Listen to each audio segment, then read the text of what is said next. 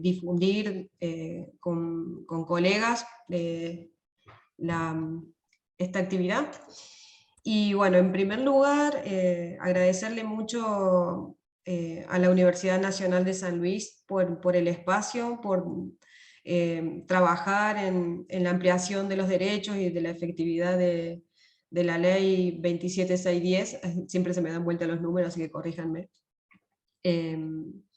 Y en esta ocasión nos acompaña mi compañera de trabajo, la abogada Ivana Robina Musevich, quien es coordinadora de la carrera de abogacía de nuestra facultad, en representación, digamos, de las autoridades de nuestra facultad y de la universidad. Nos va a dar la bienvenida a este encuentro. Adelante, Romy. Bueno, muchísimas gracias, Leti. Bienvenidos a todos. En principio, como bien dijo Leti, yo trabajo con ella en la carrera, en la Facultad de Ciencias Económicas, en nuestra Universidad Nacional de San Luis, y la verdad es que tuve el primer acercamiento al expediente administrativo del primer encuentro.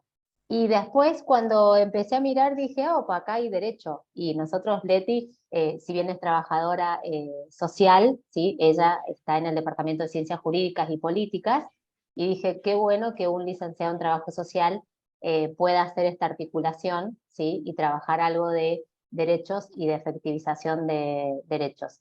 Así que ella me contactó después por el segundo expediente, y ahí le digo, Leti, le digo acá, la institución tiene que estar presente y hay que estar presente en estas cuestiones, y coincido en que ya debería ser segundo encuentro internacional, ¿sí? Porque acá tenemos gente de otros países, así que creo que ya pasa las fronteras de lo nacional, así que creo que ya tiene que ser encuentro internacional.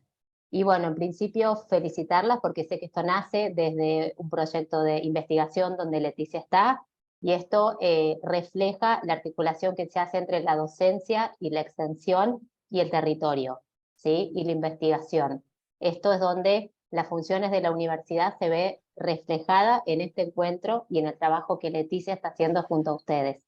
Así que le dije apenas supe que pusiera en conocimiento al Departamento de Ciencias Jurídicas y Políticas, y a través del director, el doctor Joseph Becher, se avala este encuentro, ¿sí? Y desde la dirección de la carrera y desde las autoridades también. Así que felicitarlas porque es muy importante, ¿sí? No solamente la difusión de lo que la ley declara, sino también de entender que es un derecho, de entender que vamos por muchos más derechos y que se hagan efectivos en el territorio, en la ciudad, en las distintas localidades, como decía Majo, y en San Luis, es muy importante. Así que las felicito. Por supuesto, estamos a disposición desde la carrera, ¿sí?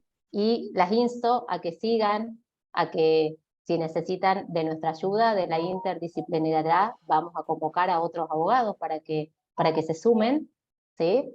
Y desde ya que las puertas de la facultad están siempre abiertas para estas propuestas de articulación, para tejer redes y para elaborar estrategias conjuntas que son las que dan mejores resultados en la práctica. Así que muchas gracias a todas, felicitaciones Leti, porque es un enorme trabajo, porque hay que articular cuestiones, y bueno, siempre decimos que hay mucha gente que no hace nada y hay otros que hacen todo. Así que Leti, felicitaciones y felicitaciones a todas. Un placer tenerlas en nuestra universidad, aunque sea de manera virtual. Bienvenidas. Muchas gracias, Romy. Muchas de estas cosas no serían posibles sin las articulaciones que se hacen en la campaña nacional por el derecho al aborto seguro, legal y gratuito, que ha trabajado mucho para que sea ley. Bueno, Majo, te dejo con el siguiente paso de esta actividad, que presentes a nuestras invitadas, que es un placer tenerlas acá. Dale, muchas gracias, Leti. Bueno, la universidad, debo decir, ha sido una casa donde las feministas hemos siempre tenido entrada. Desde el rector Chango Arias en adelante, creo que las primeras actividades feministas en algún lugar cerrado, que no fuera en la plaza, fueron dentro del auditorio Mauricio López, así que gracias a la universidad, porque todas las gestiones de rectores, incluso el rector Víctor Moriño nos acompañan y contienen. La voy a presentar para ir ya, porque hay bastante gente conectada, para ir empezando. Es una compañera feminista ante todo. Le agradezco muchísimo porque estuvo en el primer encuentro y también ahora, y está permanentemente con su teléfono y su predisposición y su buena voluntad, atenta y abierta, con apertura para todas las cuestiones que le planteamos desde San Luis, que son un montón y son constantes, así que también le agradezco estar y le agradezco la paciencia. Es directora nacional de Salud Sexual y Reproductiva del Ministerio de Salud del Gobierno de la Nación Argentina. Valeria Isla, bienvenida y muchas gracias por todo esto que dije. Muchas gracias, Majo, muchas gracias, compañeras, muchas gracias, Universidad de San Luis, bueno, Sole, Deza, compañera feminista, y bueno, y cada una de ustedes, y también las compañeras de México, de los distintos lugares de América Latina.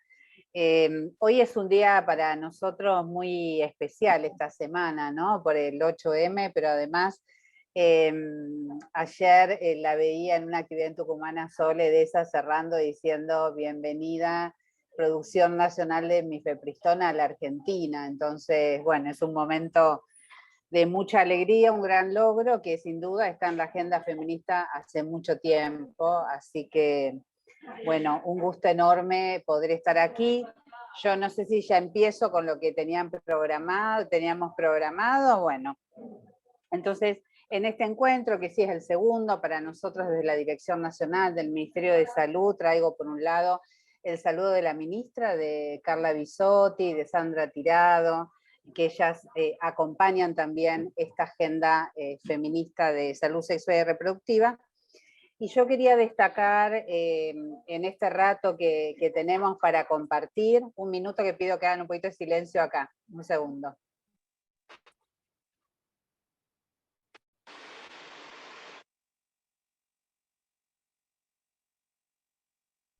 Gracias, disculpen, estamos acá en la oficina y compartiendo espacios. Bueno, entonces, como les comentaba, quería compartir con ustedes, por un lado, los principales avances y desafíos también de estos 2 años, y también ir compartiendo un modelo de gestión. Algo trajo Majo acá, ¿no? Es un modelo de gestión feminista que implica cómo construimos esa agenda feminista, escuchando mucho a las compañeras de las organizaciones, de la campaña, de las redes, dentro y fuera del sistema de salud, y también dedicándole un tiempo y un espacio específico para poder comprender también e incorporar en las decisiones de la política pública nacional las particularidades y singularidades de cada una de las provincias, regiones, y aún dentro de las provincias también hay realidades para mejorar el acceso totalmente diferentes. Así que, bueno, es un gusto para mí también poder escuchar y estar disponible, porque es como el insumo también fundamental para que nuestra política, lo que me toca ahora estar a nivel nacional en este momento, pueda ser lo más ajustada posible a la realidad y a esta construcción que es de todas en los momentos en que cada una va cumpliendo distintas funciones.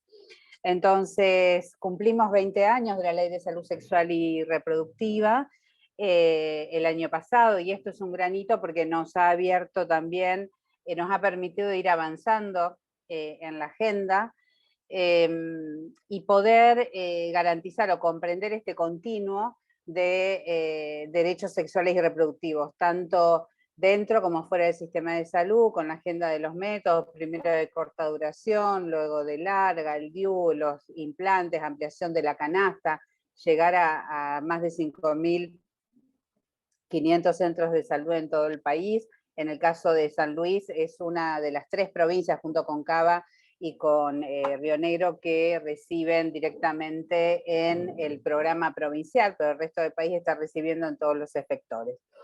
Entonces, por un lado, en relación a la agenda del aborto, un hito importante es, sin dudas, el descenso de la mortalidad materna. O sea, hace poquito tuvimos los datos, mortalidad materna por aborto, ¿no? Nosotros teníamos en el 2020 13 muertes maternas por aborto, específica, la específica, no la general de aborto, 13, y en el 2021 estamos en 9, con la mitad de las provincias que no tuvieron ninguna, y si incluimos todas las causas de mortalidad por aborto, igual descendió 23 en el 2020 y 15 en el 2021. La meta es llegar a mortalidad por aborto 0, pero ya hemos tenido un primer impacto y nosotros tenemos ese horizonte por delante. Después, otro indicador muy importante es la tasa de fecundidad adolescente que viene descendiendo. Esto tiene que ver con otra política muy importante de la agenda de salud y derechos sexuales y reproductivos dirigida a adolescentes y a la prevención del embarazo no intencional, en este caso el Plan ENIA, que se aplica en 12 provincias, no hay NEA y en algunos lugares, algunos municipios de la provincia de Buenos Aires, y que ya la ministra anunció y tiene a la firma el modelo de convenio para que el resto del país pueda adherir al Plan ENIA. De hecho, bueno, la provincia de San Luis no está todavía en el Plan ENIA, pero a la brevedad vamos a tener la posibilidad de que puedan adherir.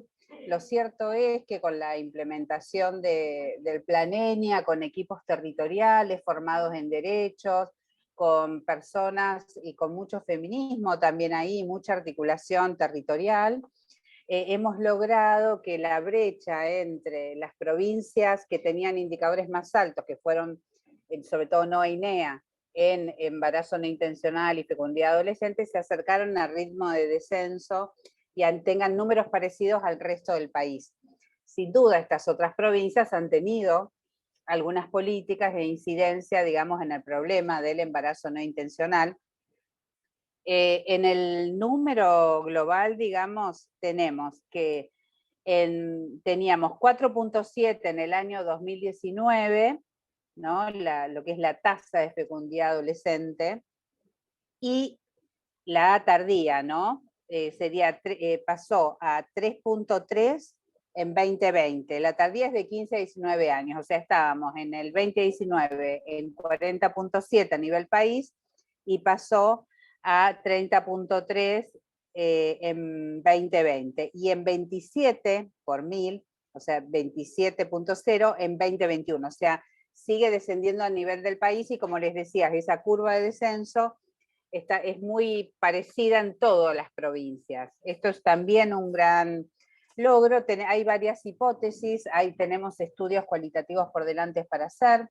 Algunas de las hipótesis en este descenso de la fecundidad en la Argentina, en especial la adolescencia, tiene que ver justamente con las políticas sostenidas de salud sexual y reproductiva.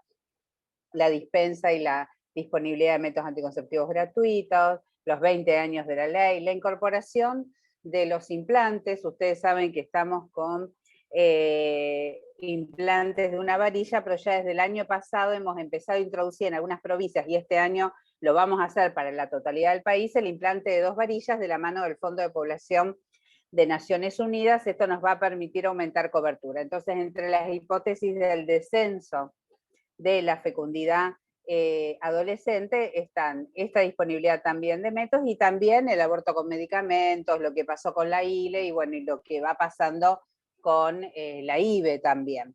Tenemos pendiente estudios, digamos, como país y comparaciones a nivel regional, pero ya sabemos que parte de este descenso tiene que ver con nuestra agenda. También es interesante observar que para menores de 15, es decir, la tasa de fecundidad adolescente temprana, hubo un descenso.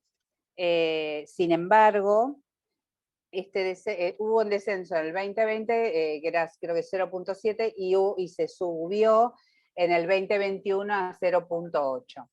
Entonces, ahí, ¿qué es lo que pasa? Que ahí tenemos el gran conjunto de violencias, tenemos el conjunto de abuso sexual, tenemos también el conjunto de problemáticas que una vez dado estos problemas de violencia, hay dificultades para el acceso, para una buena consejería en niñas y adolescentes menores de 15, y para el acceso al aborto también lo hay. Entonces, bueno, este es un gran desafío que tenemos por delante.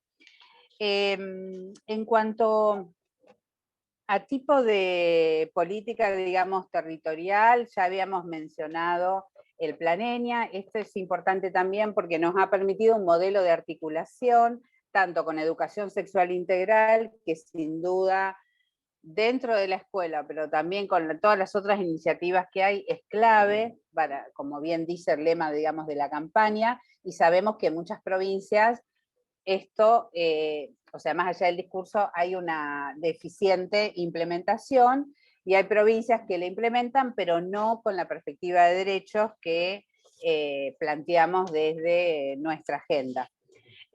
Otro tema interesante en el abordaje del plan de prevención no intencional en la adolescencia es este dispositivo de asesorías en salud integral en las escuelas, que permite que los equipos de salud con perfiles más territoriales puedan ir a las escuelas y faciliten el acceso a los centros de salud, porque sabemos que los adolescentes no van a los centros de salud. Entonces, creemos que estas herramientas nos pueden servir para seguir trabajando y mejorando el acceso, y sobre todo disminuir las desigualdades territoriales, las brechas que hay a nivel de salud sexual y reproductiva. Respecto al aborto en particular, tenemos hoy 1.443 centros de salud y hospitales que realizan la IVE-ILE. En el 2020 eran 903, 905 aproximadamente. Hemos aumentado considerablemente, todas las provincias aumentaron, pero no todas al ritmo de la demanda de la población. Yo diría que de nuestra agenda y de desafíos más estructurales, este es el más importante, porque insumos tenemos, estamos pudiendo comprar ya desde el 2019 y 2020, incluso aumentando cantidades, y como vimos con la mifepristona, diversificando también. Sin embargo, el ritmo de la cantidad de equipos que garantizan la IVE en atención primaria, por un lado, y por otro lado, en segundo trimestre temprano y avanzado, es un desafío. Por eso estamos trabajando mucho con la introducción de la IVE de la mano del Convipac, mifepristona y misoprostol, en atención primaria, trabajando con los equipos en el marco también de lo que fue o lo que es, digamos, la priorización de la ley de obstétricas para delegar funciones, para poder aumentar en el primer trimestre, si bien tenemos un desempeño bastante interesante cuando uno mira los números de las 74.000 interrupciones aproximadamente del 2022, un porcentaje que es más del 85% son en el primer trimestre. Pero bueno, lo tenemos que reforzar. Ahí hay un nudo crítico también en algunas provincias con la tocoginecología, con los servicios de obstetricia, con los servicios de ginecología, y sin duda también quienes han liderado y han llevado la mejor estrategia de accesibilidad han sido desde la medicina general en muchos territorios, que están muy ligados también a algunos hospitales, pero también a centros de atención primaria. El número, el 2021 eran 73.487 interrupciones que reportaron las provincias, las jurisdicciones, y el 2022 reportaron 74.984 hasta hace 2 meses. Esa cifra va a variar porque estamos cerrando el número ahora a 31 de marzo, las provincias tienen un rezago en la información, pero más o menos vamos a andar alrededor de este año, creemos, 82.000. O sea, el número es un número bastante estable. Entendemos que lo que pasó es que se transparentó los abortos inseguros, se pudieron transparentar, registrar, y también mucha gente pudo acceder. Y no creemos que haya un gran salto.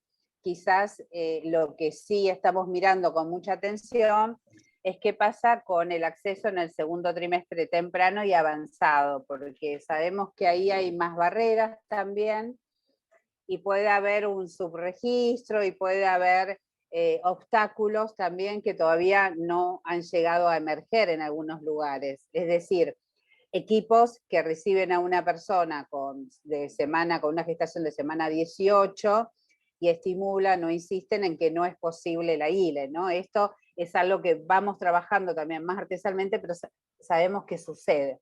Si bien el 0800 es una herramienta para nosotros muy importante de participación directa de las usuarias, de las personas, y también de referentes, de socorristas, de equipos que acompañan a usuarias para que puedan llamarnos, nos alertan y nos dan la oportunidad de intervención.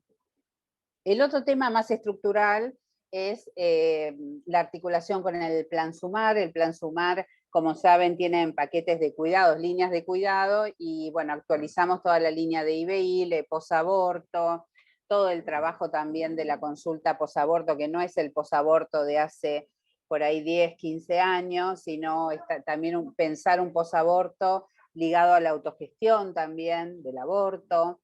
Y esto también es una línea de trabajo que estamos dando con los equipos también de atención primaria y de demanda, digamos, de consultorios de consejerías también de hospitales.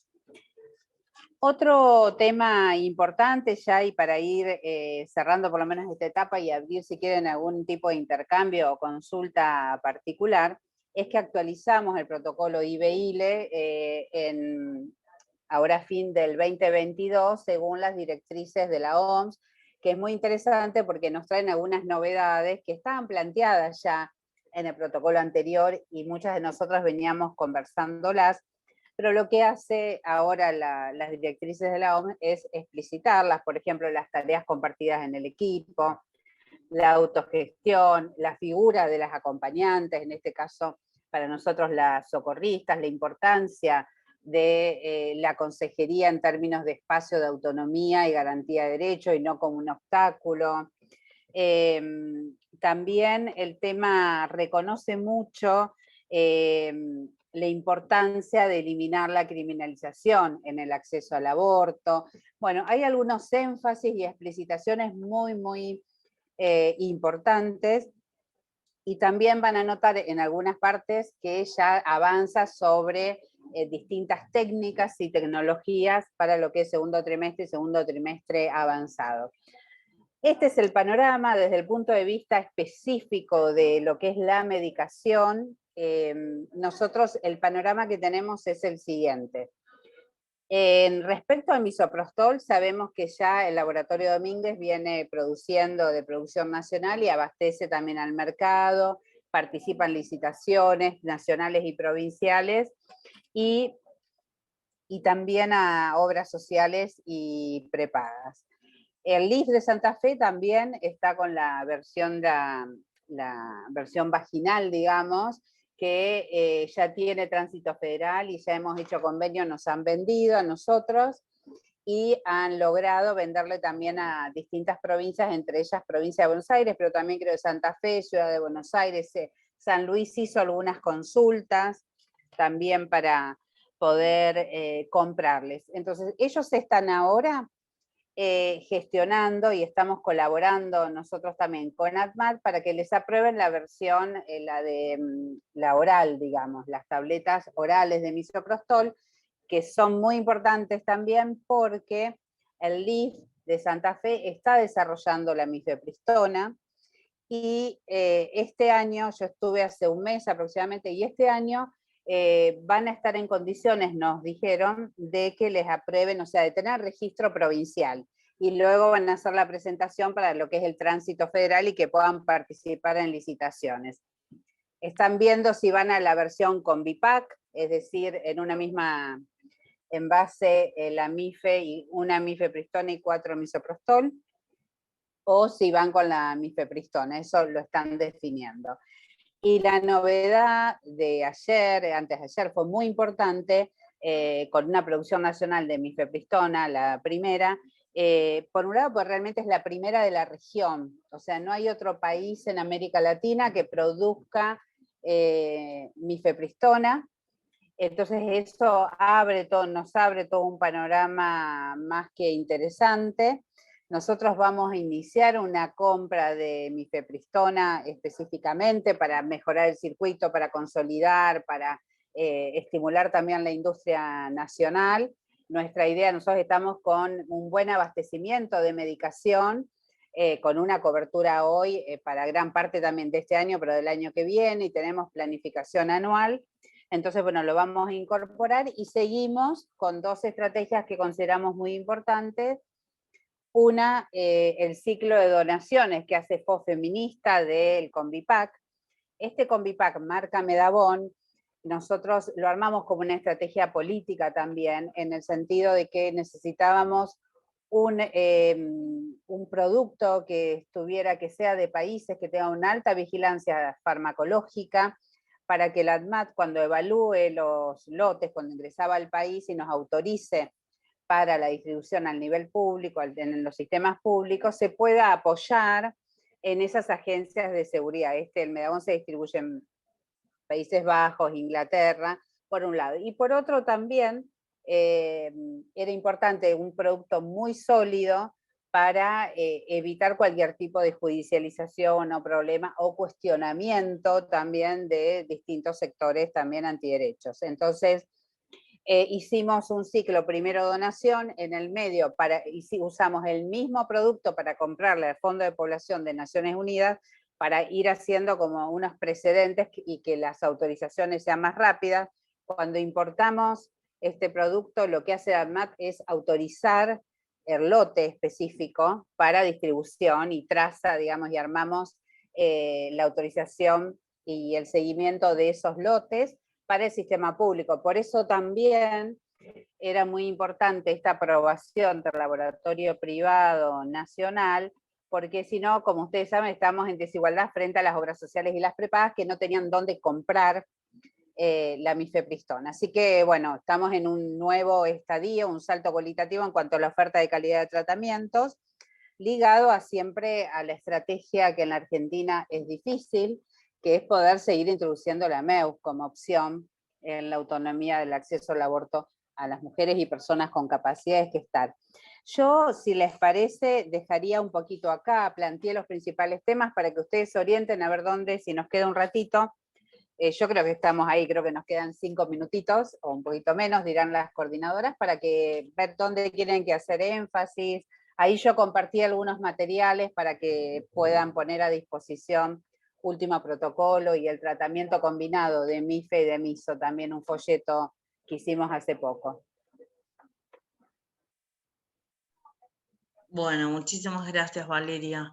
Les invito a que usen el chat para hacer una pregunta, un comentario, o mismo para pedir la palabra, y les habilitamos la palabra. Para quienes no nos conocen, mi nombre es Majo Corbalán, integro ADEM, Asociación por los Derechos de las Mujeres, y la campaña nacional por el derecho al aborto legal, seguro y gratuito. Leticia también estamos en RUDA, que es la red universitaria de cátedras por el derecho al aborto, que está en 22 universidades, y estamos articulando todo conjuntamente, porque bueno, es así como hacemos las feministas las cosas, para que salga un poco más armadito todo. Así que bueno, nada, ahí estoy haciendo tiempo por si quieren preguntar algo. ¿No? ¿Nadie? Bueno, yo siempre tengo preguntas. Muy bien. Yo siempre tengo preguntas. No, por ahí es algo que nos pasa siempre en las organizaciones feministas, que es esta necesidad de contar lo que a una le pasa en el territorio, ¿no? Que donde sea que vas, querés levantar la mano y decir, ay, pero en San Luis, ¿sabe lo que pasa? Bueno, un poco me pasa eso, y quiero decir que en San Luis se está garantizando, con un esfuerzo enorme de profesionales que son garantes, con un enorme esfuerzo también de personas que abren las puertas en los centros de salud, que son por ahí profesionales diferentes de la salud, ¿no? Trabajadores sociales, psicólogas y demás, que son esas personas amigables que están abriendo las puertas, pero que tenemos cambios de ministro de salud cada tanto, ahora hay un nuevo ministro de salud nuevo, y las directivas no están tan claritas, el camino hacia el aborto no está tan paso 1, paso 2, paso 3, entonces las personas que necesitan y quieren acceder al aborto en San Luis Capital son derivadas a la maternidad, una maternidad que está colapsada, que da turnos a las 5 de la mañana, que da apenas 5 turnos, y que después salen a buscar una eco que también es re difícil de conseguir. Entonces, nada, compartir un poco esto, incluso con las personas que están acá, porque la idea de este encuentro es aprender y también pensar estrategias conjuntas de cómo hacemos para ir destrabando estos obstáculos. Bueno, no quiero monopolizar. Mariana de Misiones quiere hacer una... Vale, ¿te parece si le damos a Mariana y después nos contestás a las dos? Dale, sí, Okay. sí. Bueno, Mariana, adelante. Hola, gracias. Estoy muy contenta que se actualizó el protocolo y estoy preocupada porque en Misiones tenemos un protocolo el último, hasta donde yo sé, el del 8 de marzo del 2021 y que es el 490, el 943, que es obstaculizador totalmente, porque te ponen entrevistas psicológicas, empezamos con un acompañamiento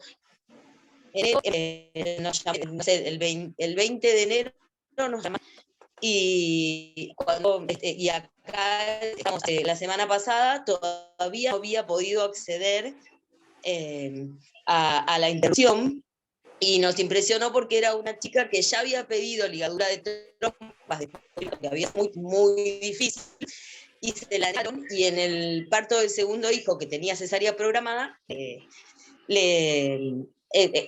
hicieron la maniobra Christeller y otras cosas, y tiene un hijo de 2 años que no camina y no habla, y en esas condiciones tenía que andar por todos lados, y ya no sabíamos más a dónde mandarla, la mandamos a un montón de lugares. Entonces la pregunta concreta es, si desde la campaña, yo soy referente de la campaña de la regional, de la sur, de la regional Misiones, si nosotros podemos de alguna manera articular directamente con 800 como acompañantes, ¿sí? En los casos de las personas que ya por su propia historia tienen terror de llamar al 0800 o están en horario de trabajo cuando el 0800 funciona, entonces se les dificulta, porque no pueden en el trabajo llamar para esto.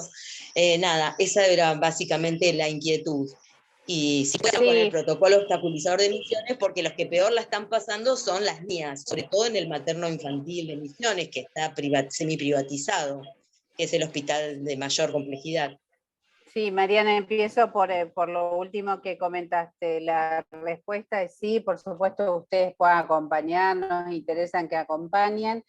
Nosotros durante la pandemia, el último tiempo, lo que hicimos también es habilitar el mail de la Dirección Nacional saludsexual@msal.gov.ar para que aquellas personas que por distintos motivos no se podían comunicar, porque bueno, hay picos también a veces en el 0800 de llamadas, y también para personas que acompañan puedan enviar un mail con toda la información que se requiere, detallando la situación, y nosotros tenemos un acuerdo interno con el 0800, pues lo convierten, pedimos que lo conviertan en secuencias, y es válido también como secuencia, con todos los criterios de confidencialidad y toda la norma, digamos, del 0800, así que el mail funciona, y por supuesto también, como dijo Majo, si hay algún tema de esa gravedad, pueden mandar un chat, mensaje, me pueden mandar un mail a mí, digamos. Lo que sí necesitamos es que ingrese por el 0800 o la llamada o el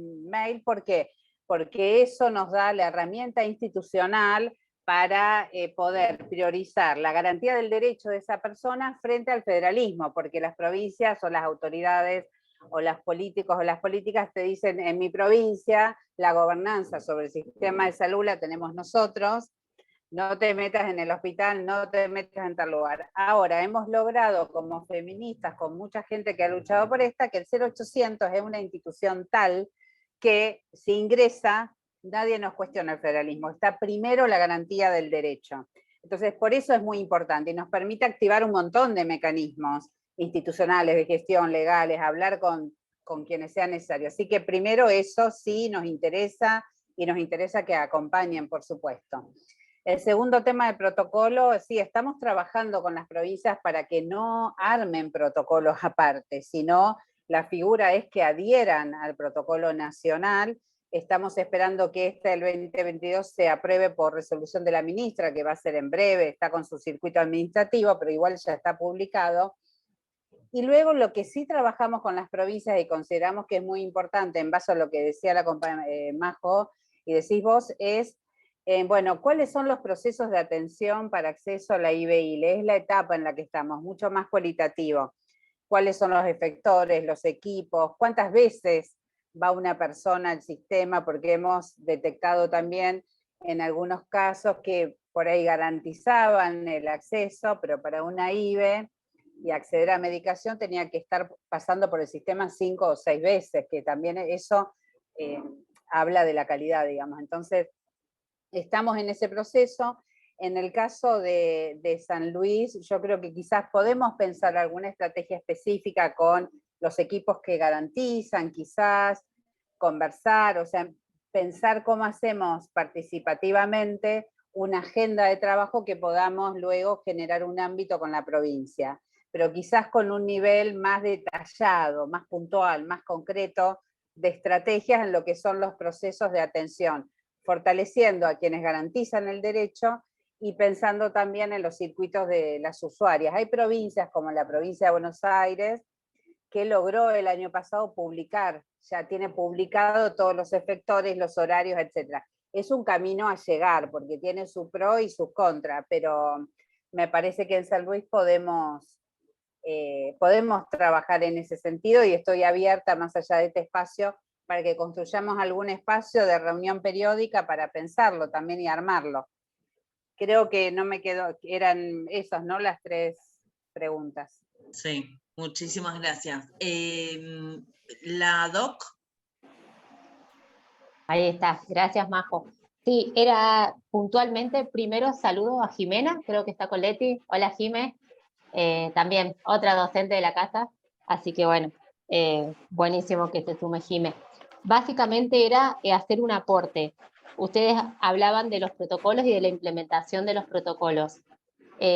Cuando quien va a efectuar la práctica tiene obra social, al menos en el hospital público, ¿sí? Para hacer las prácticas, por ejemplo, la ecografía de la que hablaba Majo, si uno tiene obra social, te piden hacer el pedido de ecografía, te lo dan y vos tenés que llevarlo a tu obra social a autorizar esa práctica, a codificarla, a autorizarla.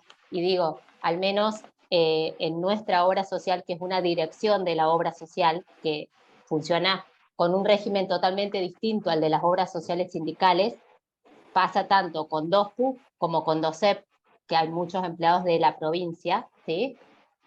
Se pierde casi todo sesgo de confidencialidad, porque digo, esa persona que va en el marco de la confidencialidad después tiene que ir a su obra social, a una mesa de entrada que es uniforme para todos los trámites, en el cual te preguntan qué es lo que necesitas.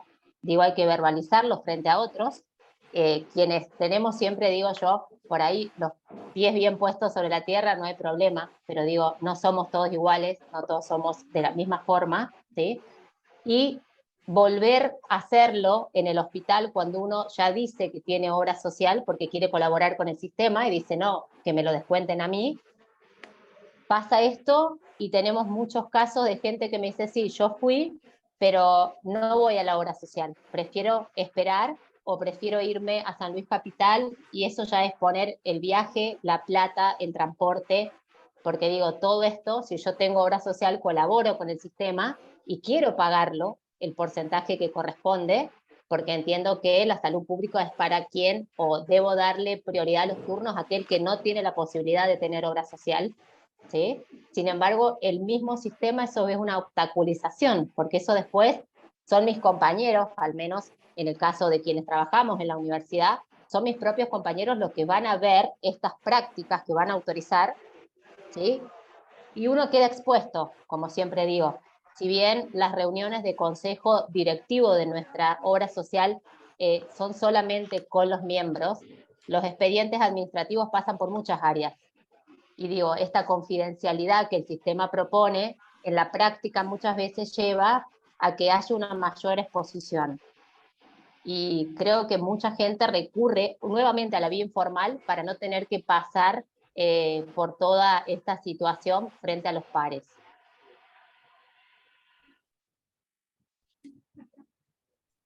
Bueno. Sí, ahí hay gracias. varios... Sí, perdón.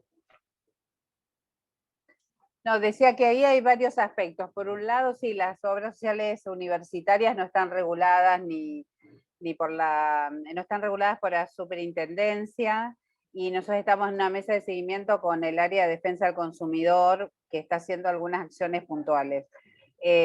Eso lo podríamos ver, a ver, bueno, qué es lo que está pasando en San Luis, y por ahí generar alguna actuación o alguna reunión primero con las áreas. Si ustedes nos ayudan, podemos hacer una reunión conjunta con la obra social para ver, bueno, cómo están implementando, o si necesitan colaboración para implementar el servicio de otra manera.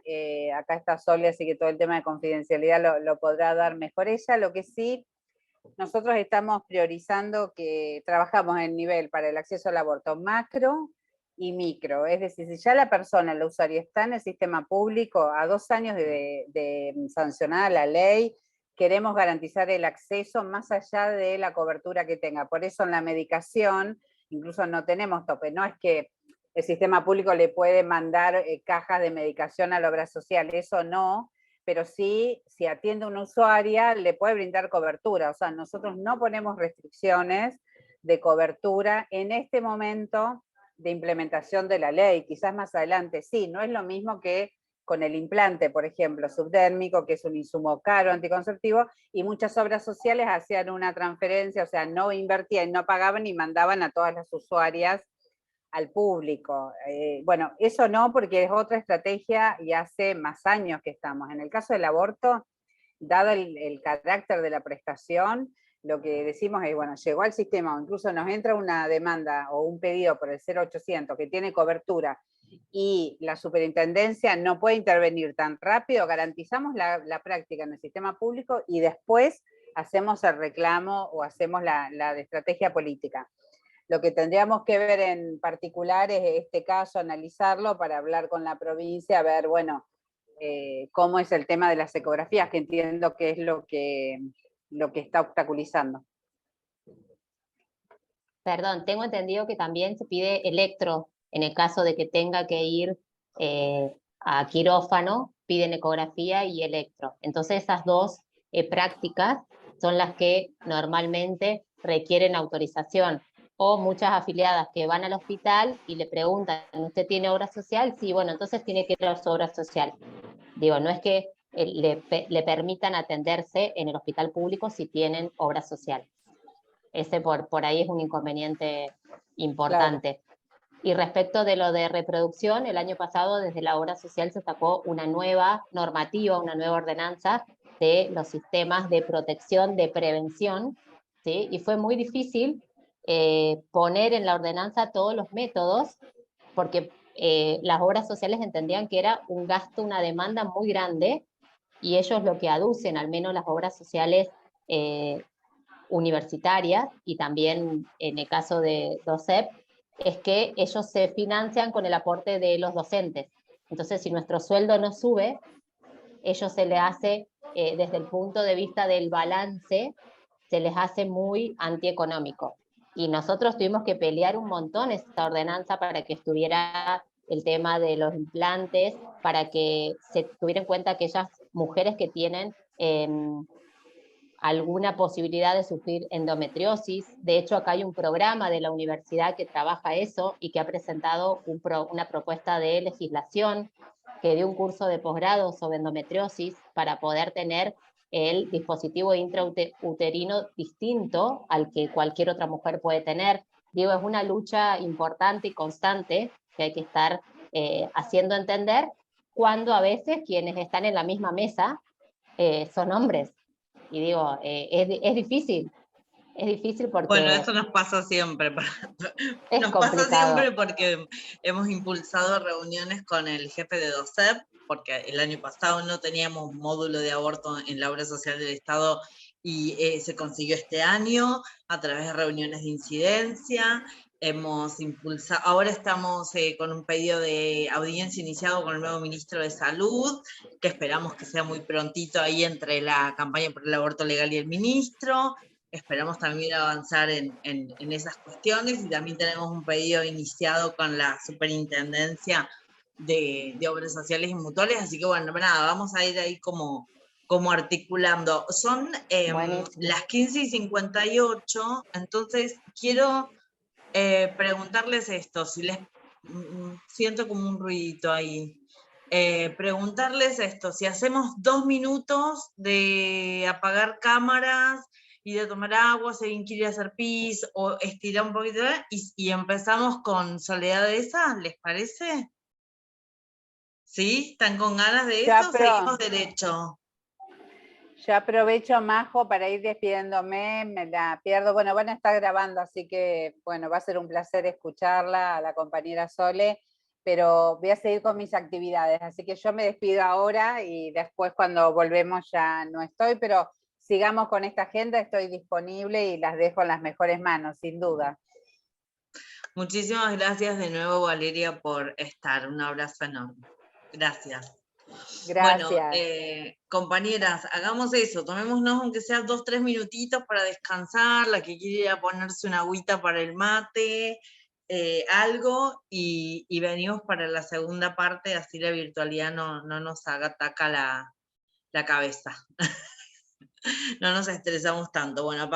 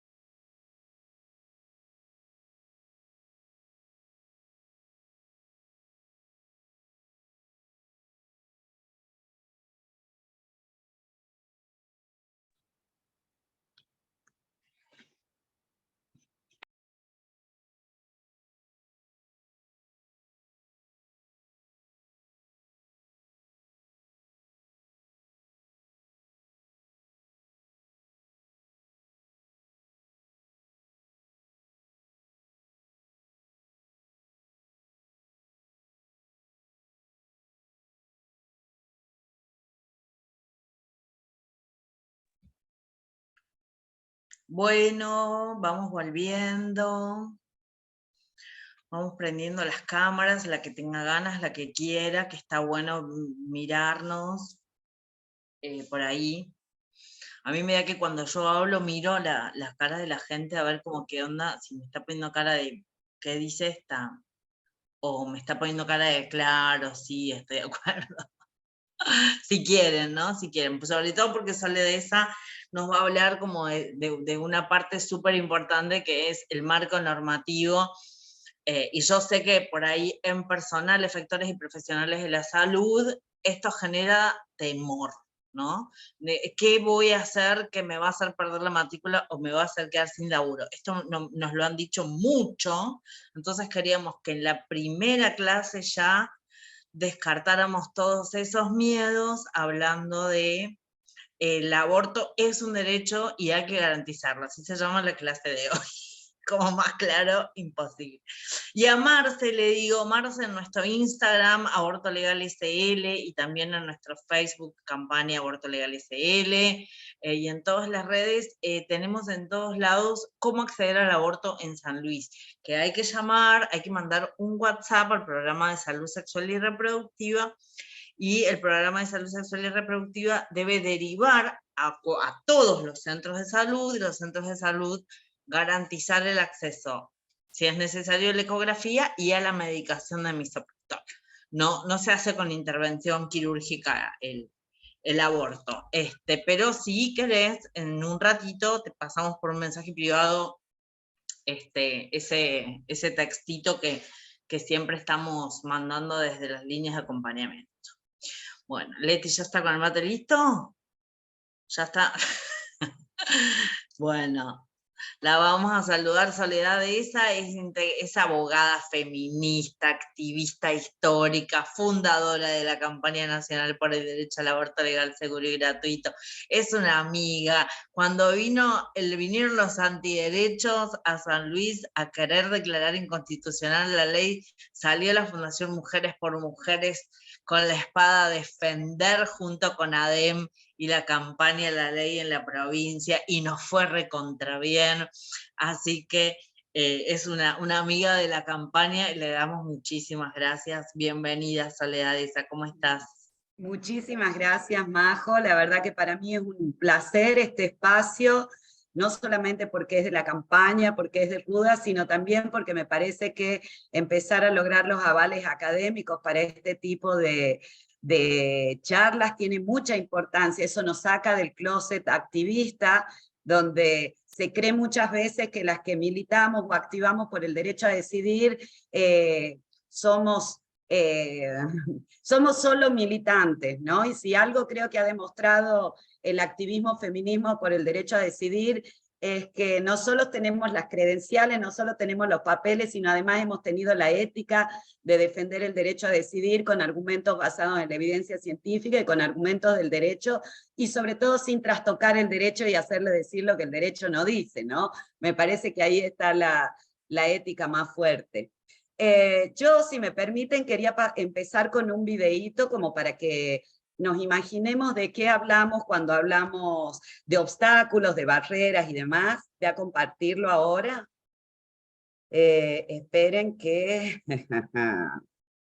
Al medio tenés compartir pantalla en la flechita verde. Sí, ahí lo vi. Ahí está. Lo que pasa es que... Ahí está. Vamos a... Ahí está.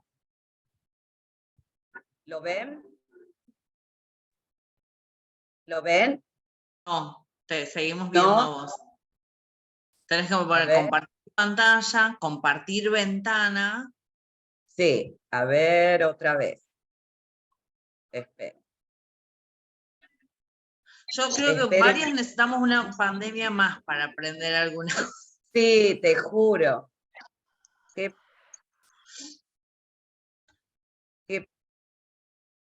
No lo ven, bueno. Después voy a tratar entonces de pasárselo. Qué pena, ¿no? A ver, voy a intentar otra vez, no me voy a dar por vencida. Bueno, pusiste compartir pantalla. Sí. Después de poner compartir pantalla, abajo ahí a la está. derecha hay un botoncito ahí. azul. Ahora sí. Y ahora vamos a Dora. Ahora estamos viendo todo tu Ahí está. drive, te aviso. ¿Y ahí no lo ven al video? Ahora estamos viendo Dora 1, 2, 3 en alta, con subtítulos. Ah, ¿lo ven entonces o no? Estábamos Disculpen. viendo el nombre del archivo. Ah, el nombre. Bueno, vamos a la última, y si no, vamos con la charla nomás y empezamos a hablar de lleno de objeción. Voy a intentar la última vez. ¡Qué nervios!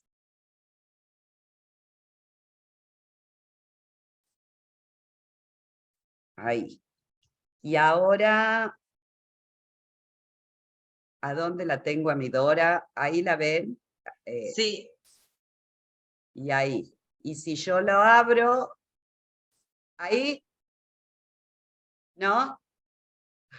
Bueno, no las quiero... No, porque me parece que lo que tenés que hacer es abrirla en tu computadora. Es Sí, abrir yo el lo video. tengo abierto, ¿sabes? Entonces lo que tenés que compartir la pantalla de la ventana donde ya está abierto el video, no de la ventana de la búsqueda del archivo. Sí. Y yo creía que estaba haciendo eso. A ver. No. Y ahí lo ven. A mí yo lo veo. Bueno, Cuando después vos les paso, compañeras, no se preocupen. Es un videíto, solo era para que nos divirtamos, pero bueno. Qué pena. Sí, pero después se los paso, no se preocupen. Sí, lo que les voy a compartir es el Power. Un Power cortito.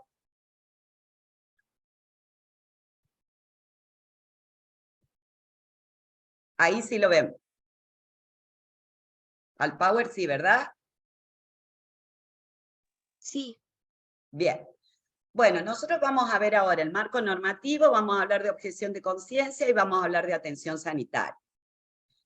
¿Por qué me gusta arrancar esta charla pensando o invitando a pensar que no estamos en una ferretería, ¿no? No es el derecho a decidir no se trata de una paleta de colores donde uno es celeste, el otro verde, el otro es naranja, el otro amarillo. Cuando hablamos de derecho a decidir, de lo que estamos hablando precisamente es de un derecho, aunque suene redundante. ¿Qué es lo que quiere decir que es un derecho? Que desde que se sancionó, desde 1921, cuando en Argentina se despenalizó el aborto bajo un sistema de causales, interrumpir un derecho, interrumpir una gestación producto de un embarazo sexual, de un embarazo forzado, o interrumpir una gestación que ponga en riesgo la salud o la vida, pasó a ser un derecho. Muchos discutían, a propósito de discusiones de la dogmática penal, sobre si está despenalizado no quiere decir que sea un derecho. Esa discusión la tuvimos mucho tiempo. De la misma forma que el hecho de que se había interpretado que por una coma era solo para la ILE en casos de embarazos forzados, era solo para personas con discapacidad y demás. Luego vino el fallo FAL, que en el considerando 25 aclara que la práctica es una práctica legal en tanto que despenalizada. Esa vieja pregunta de ¿cómo pasamos de que sea un delito a que sea un derecho? Con esa simple operación, que no es tan simple, pero si la pensamos, así lo es, por eso la Corte lo dice en el considerando 25. Tenemos que pensar que el mundo es una isla y que los delitos, que el mundo es un mar y los delitos son una isla. Si la interrupción legal del embarazo, o sea, si el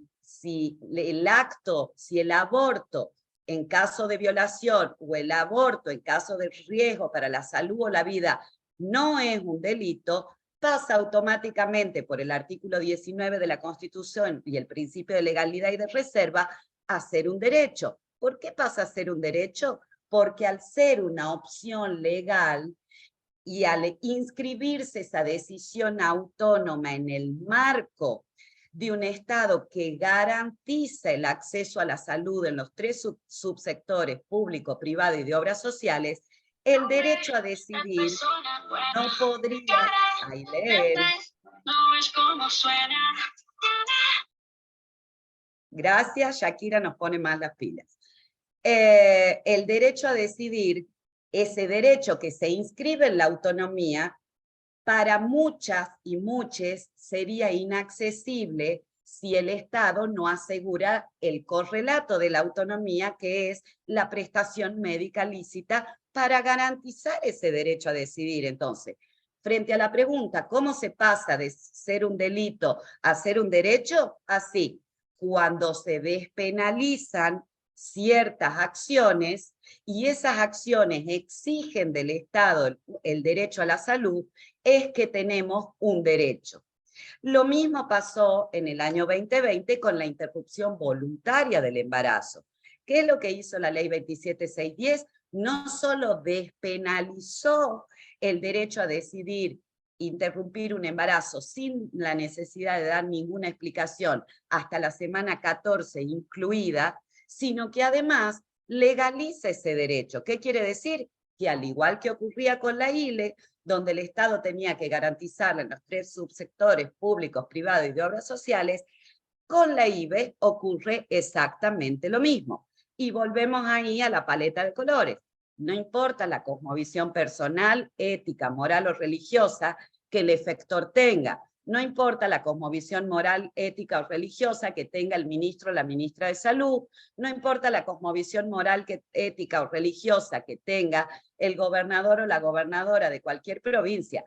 Como es una ley que ya ha corrido por los carriles institucionales que como país nos hemos dado para decidir cuáles son los delitos y cuáles no lo son, es que está vigente en todo el territorio, y es que si uno es verde, celeste, roja, violeta o colorada, es absolutamente indiferente a los fines de exigir el derecho y es indiferente a los fines de identificar las obligaciones a la hora de garantizar ese derecho. ¿Estamos de acuerdo hasta acá? ¿Alguna pregunta? Va. Yo pongo el artículo 3 de la ley 27610, me gusta ponerlo, ¿por qué? Porque pareciera, o eso es lo que queda dando vuelta después de algunas conversaciones y después de algunas intervenciones en los 2 debates, en el de 2018 y en el de 2020, pareciera que el derecho a decidir es un derecho que inventamos las feministas. Sin embargo, me parece que está muy bien puesto ese artículo 3 en la 27610, porque la 27610 y el derecho al aborto con ello, es producto o tiene el respaldo no solo constitucional, sino también convencional, y proviene de una serie de tratados internacionales. No es una ocurrencia de un trasnoche de algún encuentro nacional de mujeres, la legislación y la plataforma normativa del derecho a decidir. Nos encantaría que todas nuestras ocurrencias fueran derechos. Ahora está bueno recuperar ese artículo 3, porque como podemos ver, el derecho a decidir tiene base normativa, no solo en el bloque constitucional federal, que es el bloque a través del cual algunos tratados se incorporan a la Constitución argentina con validez equivalente a la de la Constitución, como es la CEDAW, como es la Convención de los Derechos del Niño, como es el Pacto de Derechos Económicos, Sociales y Culturales, como es el Pacto de Derechos Civiles y Políticos y demás, que ahí los tienen enumerados, sino también a través, por ejemplo, de la ley 24632, que es la que incorpora o la que adhiere a la convencionalidad de la ley para erradicar todas las violencias, como es la 26485.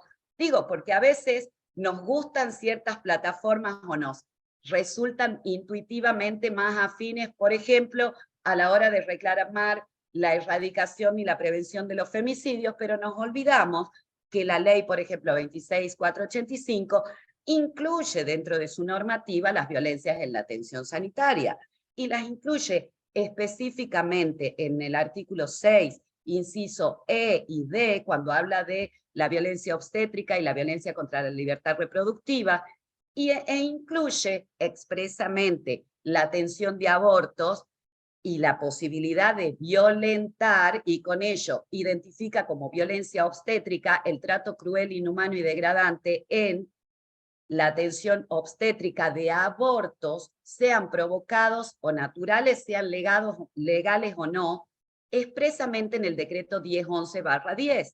Entonces, no, volvemos a lo mismo, no importa la cosmovisión personal de cada uno respecto de qué tanto me simpatiza la atención de calidad a la hora del aborto o qué tanta deferencia me provocan las violencias en la atención gineco-obstétrica cuando tienen que ver con eventos obstétricos adversos, sino que hay una obligación legal que ha tomado Argentina para erradicar, incluidas las violencias que ocurren en la atención sanitaria de aborto.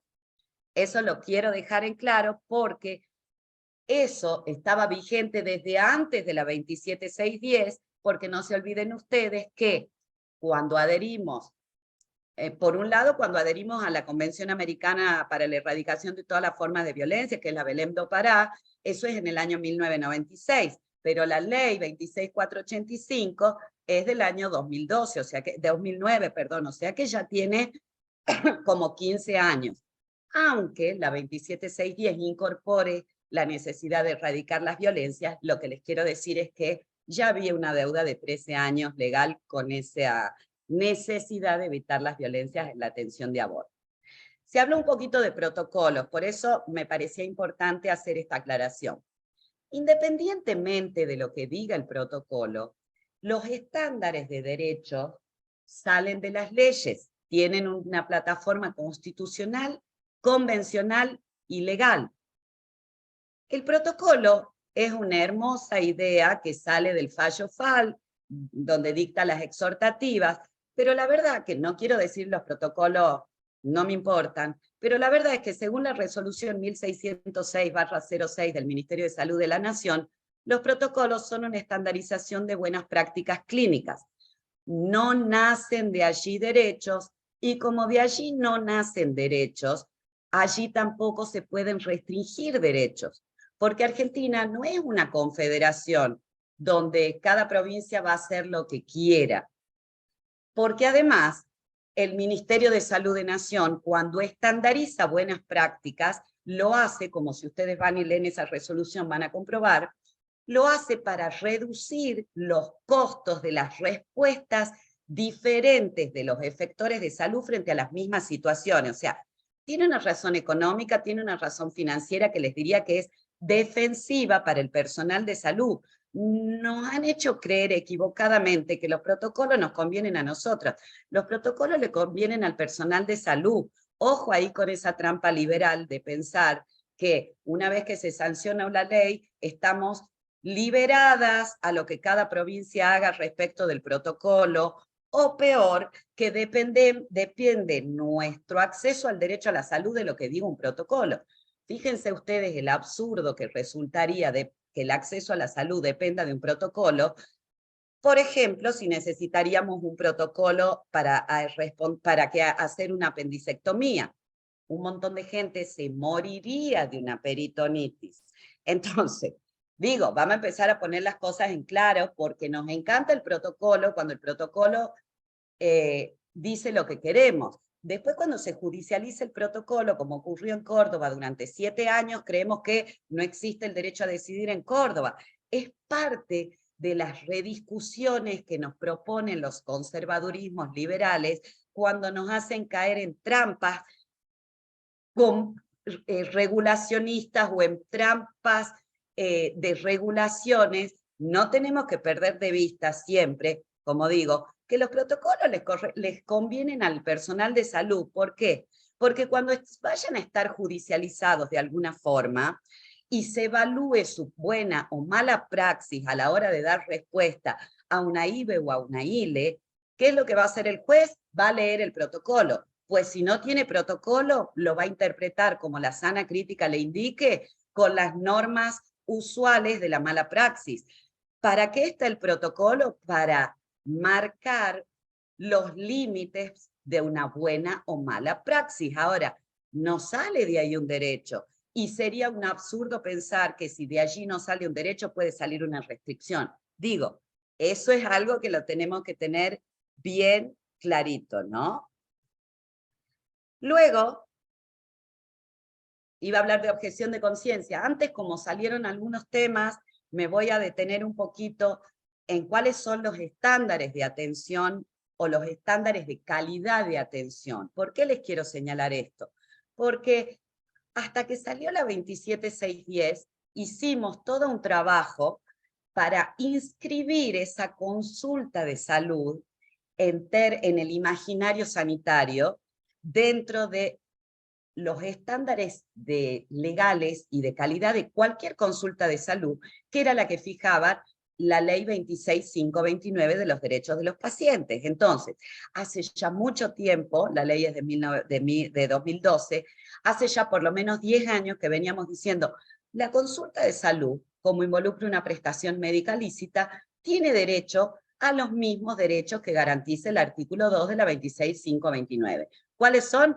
Recibir atención sanitaria, recibir un trato digno y respetuoso, que se respete la autonomía, que se respete la intimidad, que se resguarde la confidencialidad y que la información que se reciba sea veraz, clara, acorde a las competencias de quien la recibe, basada en evidencia científica y sobre todo que el espacio de información no sirva para disuadir la autonomía. ¿Qué es lo que hace o sea, ¿por qué digo esto también? Porque no es que era ninguna novedad, no es que los derechos que tiene la usuaria en torno a la calidad de atención en una consulta de IBE se inventaron con la 27610. Ya estaban de antes. ¿Qué es lo que hace la 27610?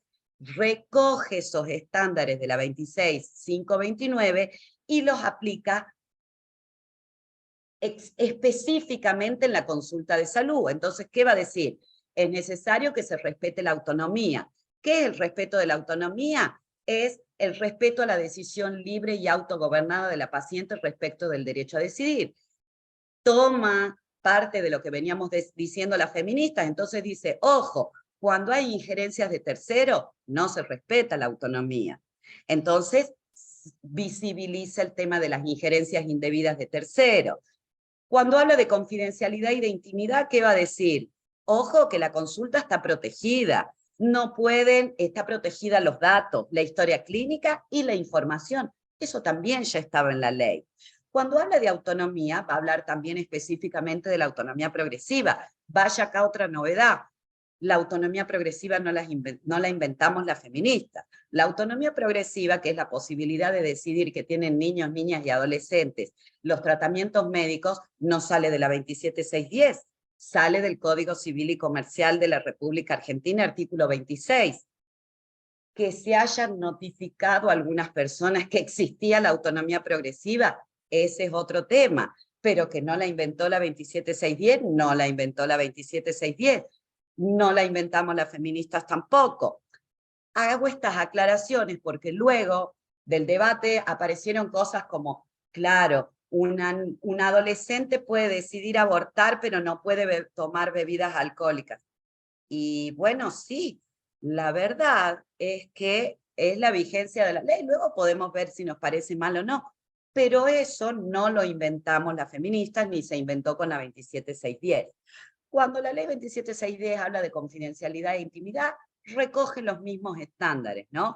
Los datos de las pacientes están protegidos por la confidencialidad, y al igual que las historias clínicas que le pertenecen a la usuaria y los datos que están en ella, y por lo mismo, la información que circula está resguardada por el secreto profesional.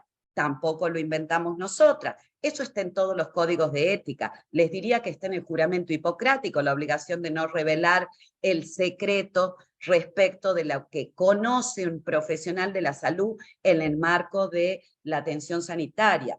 ¿Qué es lo que ocurre? Un poco vuelvo a lo que decía Ivana, ¿no? Esa cosa de que cuando la historia clínica tiene datos sobre aborto, empieza a circular por varias manos o el trámite pierde confidencialidad. Yo ahí lo que me atrevo a decir es que el problema no tiene que ver con la falta de estándares legales, sino con dos cosas, o bien la ignorancia de quienes custodian la documentación clínica, porque ustedes recuerden que por el artículo 13 y 14 de la ley 26.529, los datos de las historias clínicas le pertenecen a las usuarias, como la historia clínica le pertenece a las usuarias. Pero a su vez, las instituciones son responsables de la inviolabilidad de la documentación clínica. Entonces, si no toman los recaudos necesarios para que la intimidad de los datos no se revele, el problema no es de la ley, sino de quienes custodian esa documentación clínica y tienen el deber de no revelar datos. ¿Por qué? Porque son datos sensibles, algo que tampoco lo inventamos las feministas. Si ustedes recuerdan, la ley 25.326, que es la que resguarda los datos sensibles, está vigente desde hace muchísimo tiempo, ¿no? Entonces, ¿qué pasa ahí? ¿Qué clase de activismo en contra de los derechos humanos, como es el derecho a la intimidad, que sale del Pacto de Derechos Civiles y Políticos?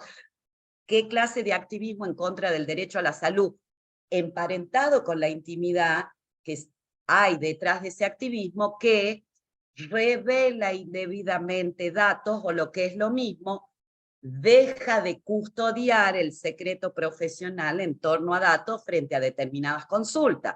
Ojo al parche, que habría que dar vuelta ahí, porque tenemos dos cuestiones. Por un lado tenemos el estigma de la prestación respecto de algunas formas, por eso pensé en lo que Ivana decía, no todas estamos igualmente paradas frente al derecho a decidir, coincido, pero ahí hay otra cuestión que es, demos vuelta, y el problema no es solo el estigma, el problema es la falta o la violación de la obligación de custodia de la confidencialidad y el secreto que tienen las instituciones que son guardadoras de los datos.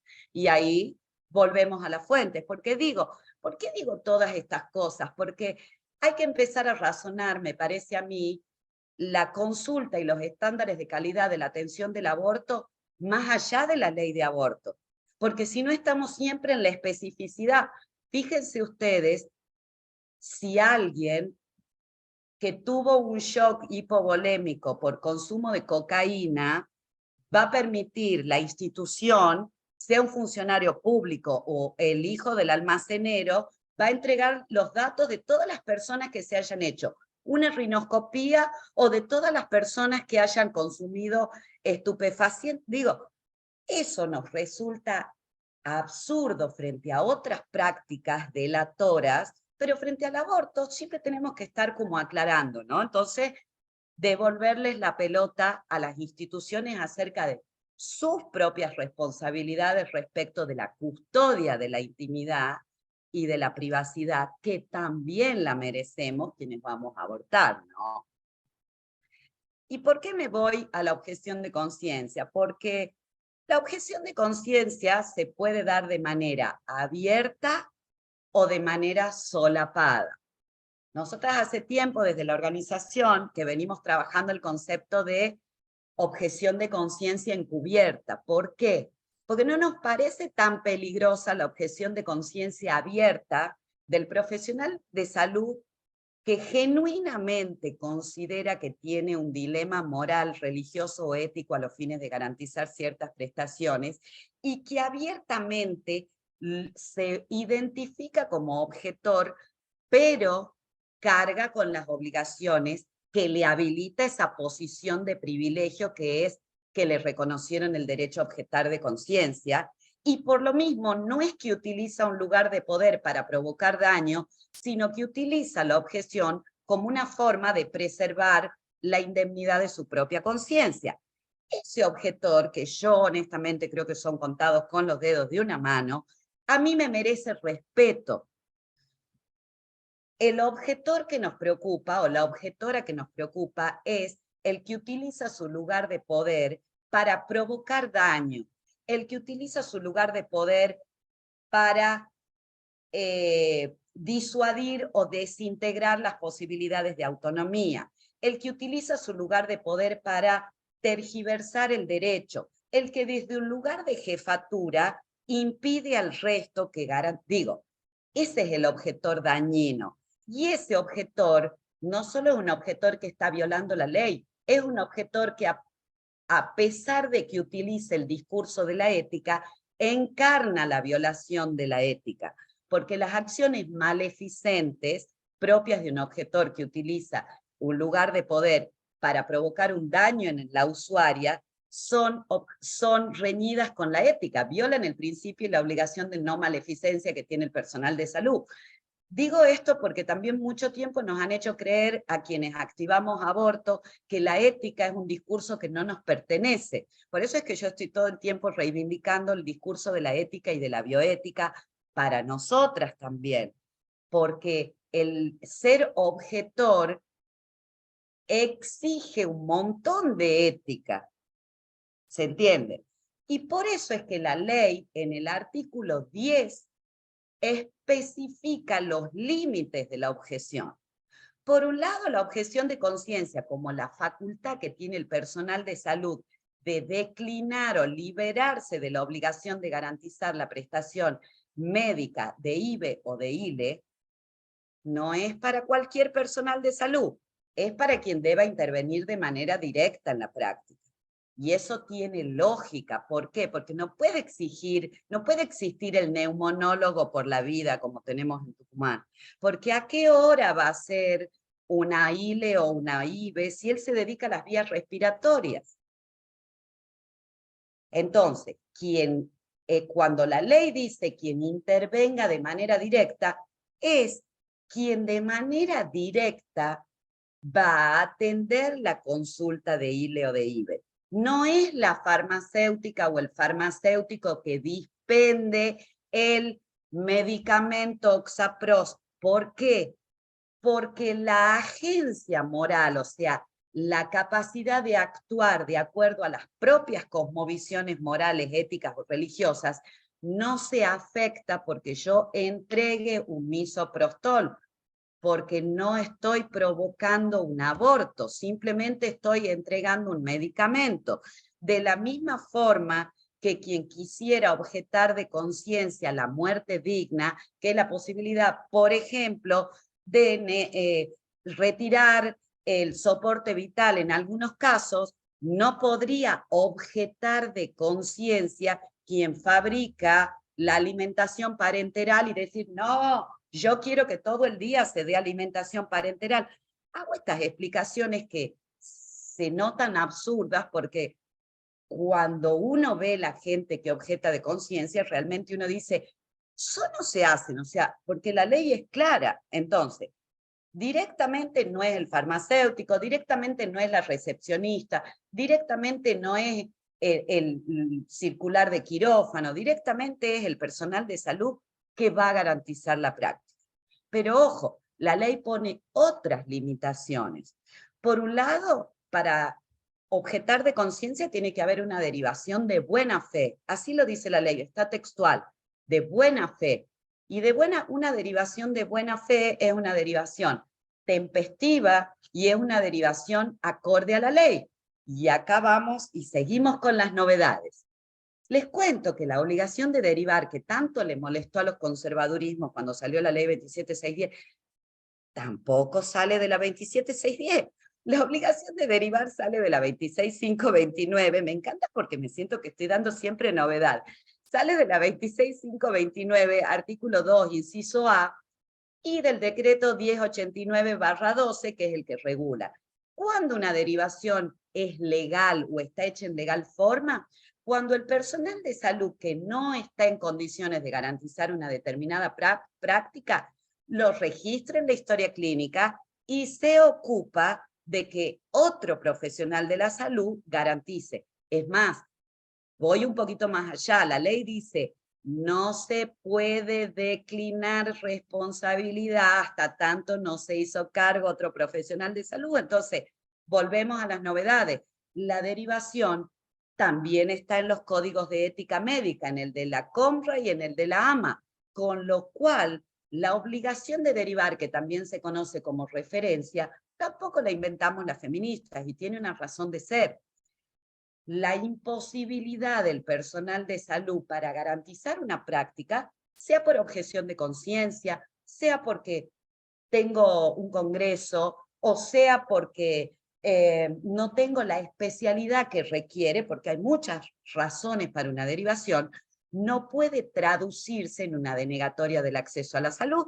Entonces, es una razón lógica y ética, pero sobre todo no es nueva la obligación de derivar que tienen también los objetores. Debe cumplir con el resto de las obligaciones, dice el inciso C. ¿Por qué dice eso el inciso C? Porque yo puedo objetar hacer la práctica. Ahora, no puedo objetar dar información. ¿Por qué? Porque volvemos al tema de la agencia moral. A mí hablar de aborto no me hace agente moral de un aborto.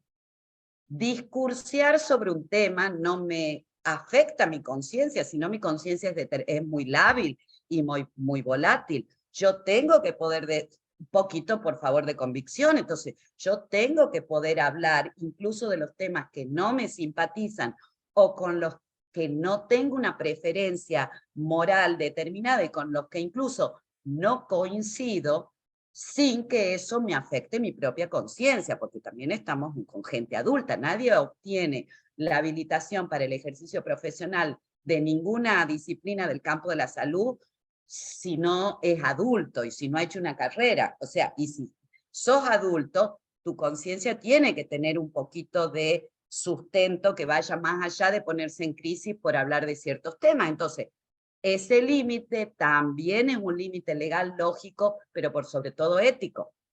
El inciso A, que yo me lo había salteado, volvemos a la ética.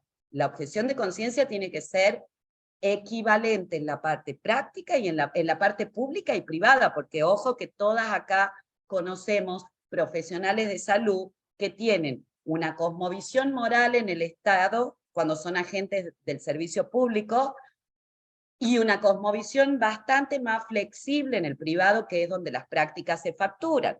Lo traduzco en criollo: billetera no puede matar conciencia. Se supone que en términos éticos yo tengo la misma cosmovisión, cuando la cosmovisión es para el ejercicio de mi profesión, no según qué nomenclador tenga en el público, no según qué nomenclador tenga en el privado, o si yo en mi consultorio voy a atender tal o cual práctica porque acá nadie me mira. Digo, eso también es un límite que tiene que ver con lo ético y con la lógica. Finalmente, tampoco se puede atender ni en objetar de conciencia la atención clínica de urgencias y tampoco la atención post-aborto. Y volvemos al campo de la ética.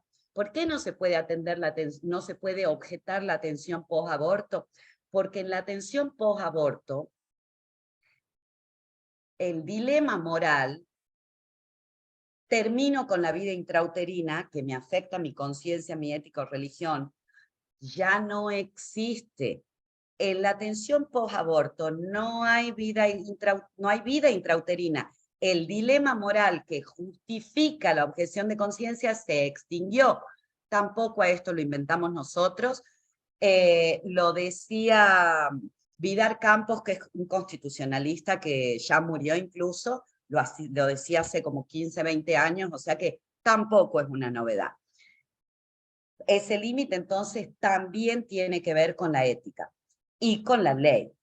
Y por sobre todo pongo el último párrafo, ¿por qué? Porque el incumplimiento de las obligaciones establecidas en el presente artículo dará lugar a las sanciones disciplinarias, administrativas, penales y civiles. Piensen ustedes que la objeción de conciencia, al traducirse en una negativa de atención cuando viola los límites, se traduce, por ejemplo, en un daño en términos civiles. Entonces uno podría reclamar los daños y perjuicios y reclamar una reparación patrimonial. Si se violan las obligaciones y el personal trabaja dentro del Estado, deberíamos poder impulsar sumarios administrativos. Nosotros acá en Tucumán lo hemos hecho. ¿Por qué? Porque el personal de salud que trabaja dentro y fuera del Estado, pero sobre todo dentro, que hay menos supervisión a veces y menos control, el personal de salud tiene que ejercer la profesión de acuerdo a las normas, no de acuerdo a lo que le parece que pase en su servicio, como si fuera el feudo, ¿no? Entonces, la administración, con su potestad disciplinaria, tiene que evaluar hasta dónde esa objeción de conciencia no funcionó por fuera de las obligaciones sanitarias. Y en términos penales, piensen ustedes que la denegatoria o el retardo y la obstaculización de un aborto ya se han tipificado como delito en el artículo 15 de la ley 27610. Además de que podríamos pensar otras figuras penales como el incumplimiento de deberes de funcionario, como las lesiones, o incluso una responsabilidad, una participación necesaria en una muerte, porque si esa mujer a la que yo atendí le denegué un aborto, termina en el circuito inseguro del aborto clandestino y muere, y ojo, si yo soy una querella y yo traigo a todos los que están en la historia clínica, me perdonan, porque no se cae como por arte de magia, podríamos pensar otras figuras. ¿Qué me interesa a mí de razonar respecto de la objeción de conciencia? Que cuando la objeción de conciencia en el artículo 10 dice que es personal y solo para quienes hacen directamente las prestaciones, no se queda ahí el texto de la ley, y vamos al artículo 11 y vemos que recoge lo que los feminismos activistas veníamos diciendo desde hace tiempo, que es no solo la objeción de conciencia institucional no existe, sino qué pasa en determinadas instituciones donde la suma incontrolada, descontrolada o sin supervisión de objeciones de conciencia individuales en los hechos provoca una objeción de conciencia institucional. Entonces, ¿qué es lo que dice el artículo 11? La objeción institucional no existe. Y si la institución tiene todo el personal objetor, lo que debe hacer es derivar a uno de similares características. No es que si yo pago la obra social OSDE, a mí me vas a derivar a la salita 300 kilómetros de mi domicilio, o a dice de similares características. Y a su costa es que va a pagarlo. Y en todos los casos, cuando pensemos en tiempo para las derivaciones, tanto en la objeción de conciencia personal como en la del artículo 11, siempre el tiempo es con un máximo de 10 días. ¿Por qué? Porque ese plazo sale del artículo 4. No es que yo garantizo en el plazo que se me cantó la gana, por eso es importante que las historias clínicas se hagan y que se registre clínicamente el inicio de la consulta. ¿Por qué? Porque el plazo máximo de 10 días es un plazo máximo, y un plazo máximo que no es de días hábiles, y un plazo máximo que tiene que acortarse para evitar provocar daños si, por ejemplo, estamos en una IVE que tiene una gestación de 13 semanas, entonces yo no voy a esperar los 10 días. Digo, como para empezar a separar la paja del trigo y empezar a dar claridad en algunas cuestiones. Un poco para terminar, ¿por qué nos preocupa más la objeción de conciencia encubierta? Porque se expresa a través de prácticas, como ustedes ven ahí, que pueden tener una apariencia de razonabilidad, pero que en realidad no es otra cosa que dispositivos para obstaculizar y dilatar el acceso de forma tal que la gestación avance y deje de estar fuera de la oferta sanitaria, en el caso de la IVE, o requiera procesos o alternativas terapéuticas más traumáticas, en el caso de la ILE.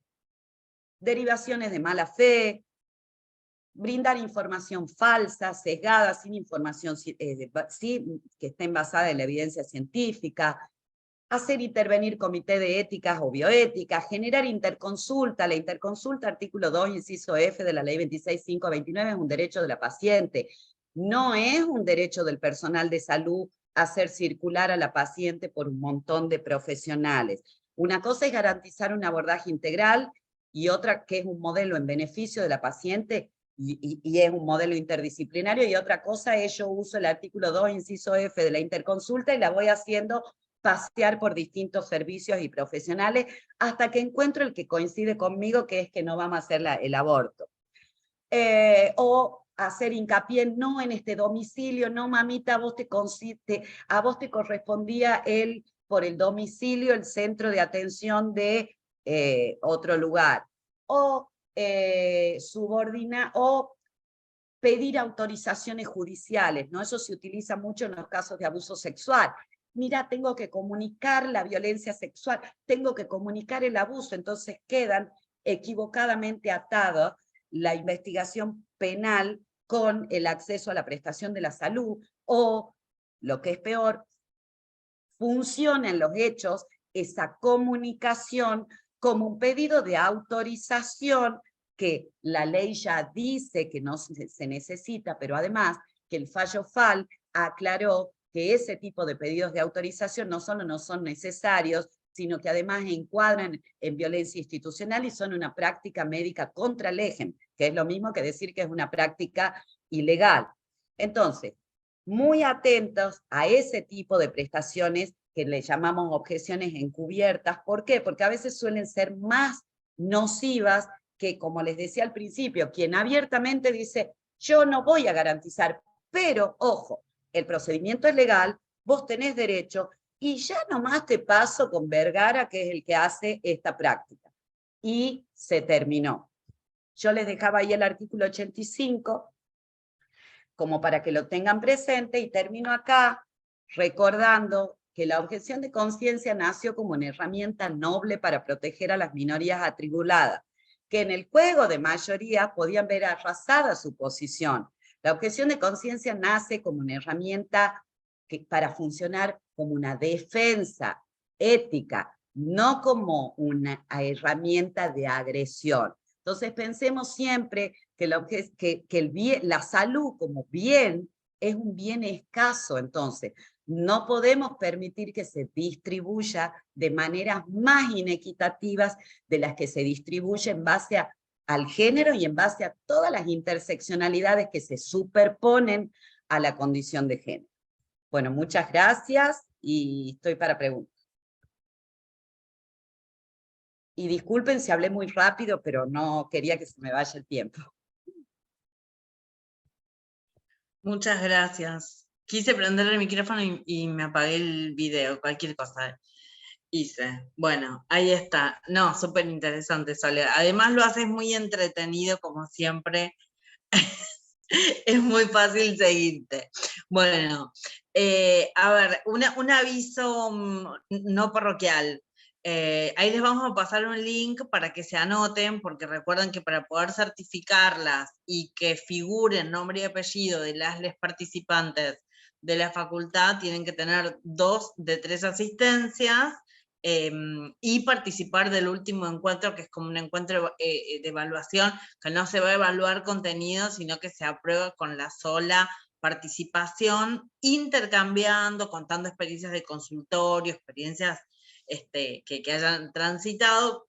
Solamente con la participación se aprueba, pero es muy importante que tengamos esa lista, porque si no después la facultad nos lo va a pedir y no la vamos a poder tener completa, ¿no? No se van a llevar la certificación. Dicho esto, vamos a las preguntas para Soledad. Debe haber un montón. Sí, ahí lo paso de nuevo. No lo he pasado, ya lo paso. Quería avisarles para qué era, para que estuviéramos ordenadas, y ahí se los paso de nuevo. Las docentes y también el equipo docente, que vi que hay ahí docentes de otros cursos, no, porque van en otra resolución.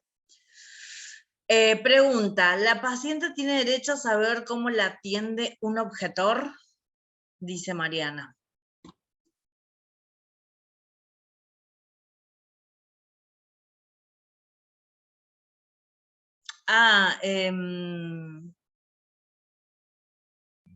Sí, estás muteada. Claro, ahora te desmuteamos. Lo que pasa... Ahí está. Está muy buena esa pregunta. En realidad, debiera quien está a cargo de la institución, debiera evitar el encuentro clínico entre la paciente o la usuaria y el personal objetor. ¿Por qué? porque es un encuentro que es per se asimétrico en términos de poder y que le va a hacer perder tiempo sobre todo, y porque además no todos los objetores son respetuosos de la autonomía de las pacientes y de la dignidad y las creencias de la paciente. Entonces, puede ser que esa consulta resulte una trampa más que otra cosa. ¿Qué es lo que ocurre ahí?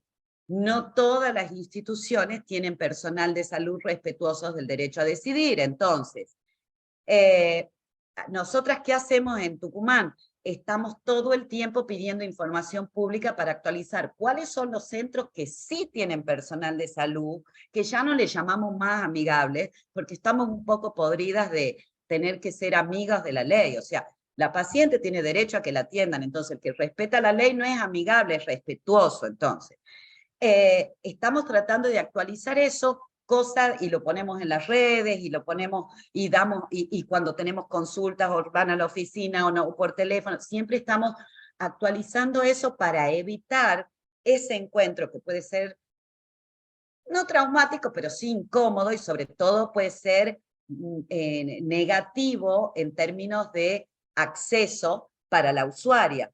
Pero por lo demás no hay una forma, por eso es que no hay una forma de asegurar, por eso es que hacemos mucho énfasis en que un profesional objetor que verdaderamente sea ético y no sea un profesional maleficente en términos éticos, va a evitar atender a alguien que pide un aborto, porque si no, claramente está usando ese lugar de poder para generar un daño. Bien, ¿más preguntas? ¿Comentarios? ¿No? Bueno, yo pregunto algo mientras le doy el changüí a la gente para que piense que quiere preguntar. Les voy a contar algo de paso. Nosotros tenemos una línea de atención, de información sobre aborto de hace como 10 años, es viejísima, la misma que acompañaba ANP, antes se llamaba Aborto No Punible, pasó a ser la atención de ILE y ahora es IBE-ILE, o sea, es la misma y somos las mismas personas. Nomás estamos más viejas, pero no. Y más modernos son las imágenes y todo eso, pero es la misma línea. Y ahí atendemos todo el tiempo la barrera, ¿no? Entonces, muchas preguntas, sobre todo de jóvenes, y quiero aprovechar porque acá hay profesionales de la salud de otras localidades que no son ciudades grandes, como San Luis Capital y Villa Mercedes, nos dicen, a mí me da cosa ir a mi pueblo, porque o está mi tía en la mesa de entrada, o está mi pariente, es guardia ahí de seguridad, y me va a ver entrar y me va a preguntar para qué voy, a ver un ginecólogo, si es que estoy embarazada, porque esto como ya en los pueblos pequeños nos ha tocado articular para que compañeras que necesitaban acceder a un aborto se trasladaran de una localidad a otra, porque no había forma que quisieran y pudieran y tuvieran las herramientas para lidiar con esta situación que afrontaban. Y es muy triste, porque sentimos que siguen abortando en la clandestinidad, en la escondida, en la excusa, que una amiga la acompaña de ir de justo a Araca Merlo. Y en el medio hay un circuito clandestino de médicos que hacen abortos y que se aprovechan de esta vergüenza. Yo le digo la barrera cultural. Y a mí me gustaría, Sole, que vos pudieras decirnos algo sobre esto. La experiencia, la lectura política, lo que pensás y como que lo que también se te ocurre como estrategia para que entre activistas y estos profesionales de la salud que están hoy acá podamos ir saldando esas deudas con las pacientes usuarias del sistema de salud.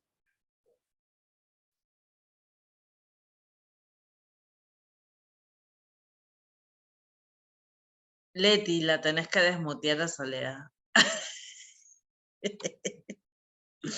La podemos hacer coanfitriona para que se pueda desmutear sola. Está buenísimo, sí. Nosotras también nos pasa un poco lo que decía Majo. La mayor cantidad de consultas que recibimos tienen que ver con el temor de pedir información, ¿no? el temor de...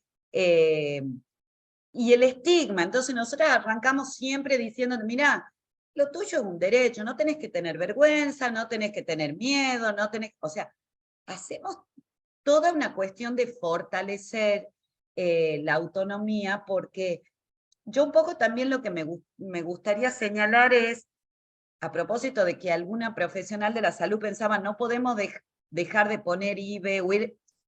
A ver, me parece que también de lo que se trata es de que nosotras empecemos a desestigmatizar esa práctica. Yo sí entiendo que no debe ser fácil ir a donde está el mostrador de la tía, por supuesto, pero está muy bien que saquemos del closet la práctica. ¿Por qué? Porque también es una forma como se desculpabiliza a la usuaria, también, a ver, que sea una práctica que tiene derecho a la intimidad y a la confidencialidad, no quiere decir que sea una práctica secreta o clandestina o de la que... Digo, porque hay una línea muy difícil de desdibujar entre eso, ¿no? Porque la compañera que preguntaba, ¿qué pongo en la ecografía? ¿Qué pongo en la ecografía? La verdad. Como hay mucho personal de salud también que cree equivocadamente que si no registra en la historia clínica, está cuidando a la usuaria, porque así le preserva la... Y no porque estamos tergiversando los datos de las estadísticas, no porque si yo no registro la historia clínica y luego a mí al día siguiente, que es cuando le voy a dar las pastillas, me dormí y no fui a trabajar, esa paciente entonces queda en un limbo que no puede tener una fecha desde la cual contar los 10 días. No porque es crear una atención de segunda, es como fomentar la clandestinización de una prestación que es lícita. Digo, hay que empezar a charlar con mayor naturalidad sobre la interrupción del embarazo, y con esto no quiere decir que la persona no tenga derecho a que no le digan que venga la número 4, la que quiere abortar, porque eso claramente no le harían a nadie que tenga una clamidia tampoco, o sea, pero no es porque, es porque la intimidad sirve para todo, digo. Y tampoco me gustaría a mí que digan que la que tiene hongos en el pie, por decirlo, o sea, pero me parece que hay como que empezar a poner el tema de la mala atención y la violación de la intimidad, por ejemplo, en la historia clínica o en los pedidos de determinadas alternativas terapéuticas, como una cuestión loca, o sea, me estás violando mi intimidad. No es que a mí me da culpa abortar ni me tengo vergüenza, es que me gusta que mi información clínica quede privada, entonces o baja la voz, o voy a tener que hacer una nota, una queja, o digo, y hay que empezar a trastocar y eso, ¿no? Me parece. Bien, bueno, está respondido lo de la eco. Dice acá en el sur de Mendoza, San Rafael, Alvear, Malargüe, eso pasa también muchísimo. Ojo, no podría haber objetores ecógrafos, ¿no? Digo, porque acá también ya nos pasó, ¿no? Lo aclaro, aunque es una obviedad, ¿no? Bueno, ahí Santi, les aviso que este Santiago es, creo, pero seguro que Santiago Martínez, de la Red de Profesionales de la Salud, que fue nuestro primer médico amigable de San Luis. Era el primero que hacía, el único que hacía abortos, ahora hay un montón. Ya quedó como, ya no es más nuestro preferido, pero en su momento era el único teléfono que había que podíamos llamar. Habla hace 15, no sé, 2007, antes de Fallo Fal mismo, dice, yo pongo el diagnóstico IVA en los pedidos, siempre consensuado con la persona que está avanzado, Santi. Seguramente nos va a confirmar, Santi, la necesidad también de ponerle urgente al pedido de eco, y más cuando el sistema de turnos es bastante moroso. Entonces, por ahí también es una cosa a tener en cuenta. Siempre se pone urgente, dice Daniela, pero por ahí hemos visto que no lo ponen. Entonces, esos 10 días que son tan importantes, para que sea la decisión de la persona y no pase a un aborto por causales, que no es lo que buscamos. Tal cual. Bueno, Gabriela tiene un comentario medio largo, no sé si querés hacerlo vos, Gabriela, te habilitamos el micrófono. Acá lo estoy leyendo igual si no quiere. Dale. No podemos poner el diagnóstico, ese no. Estoy leyendo uno antiguo. Claro, es que hay varios. Acá los ecógrafos y las psicólogas antiderechos son los primeros que atienden. Uno le muestra el bebé y le dice que está perfecto. Bueno, ojo al parche que por el artículo 18 de la ley 26.485, el personal de salud tiene obligación de denunciar las violencias. Las violencias en la salud, como mostrarle la ecografía a... Digo, empecemos a usar las herramientas del amo, porque si no nos quedamos en las anécdotas, ¿no?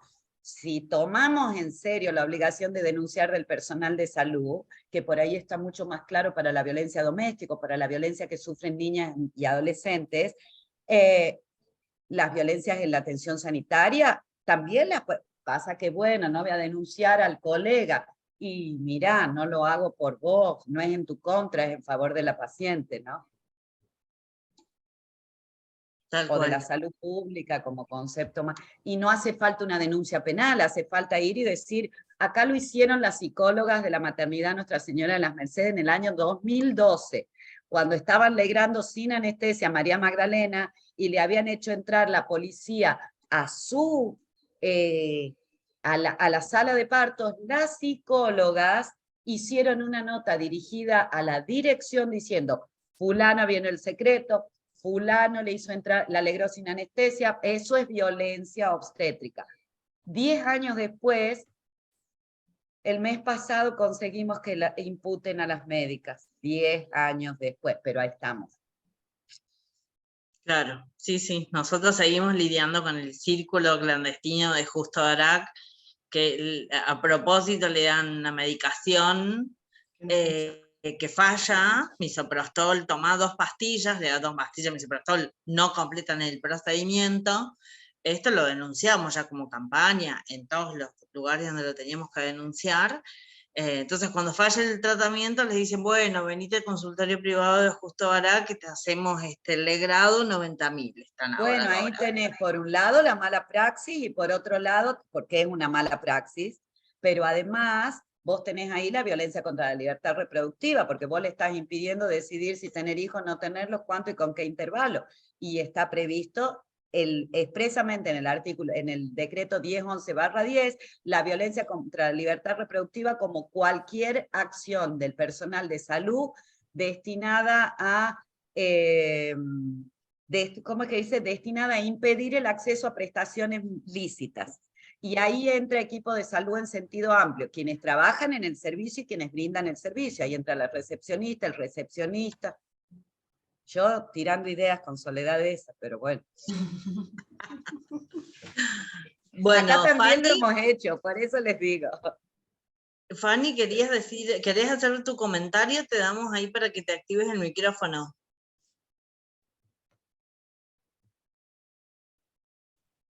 Hola, hola a todas. Ay, un segundito.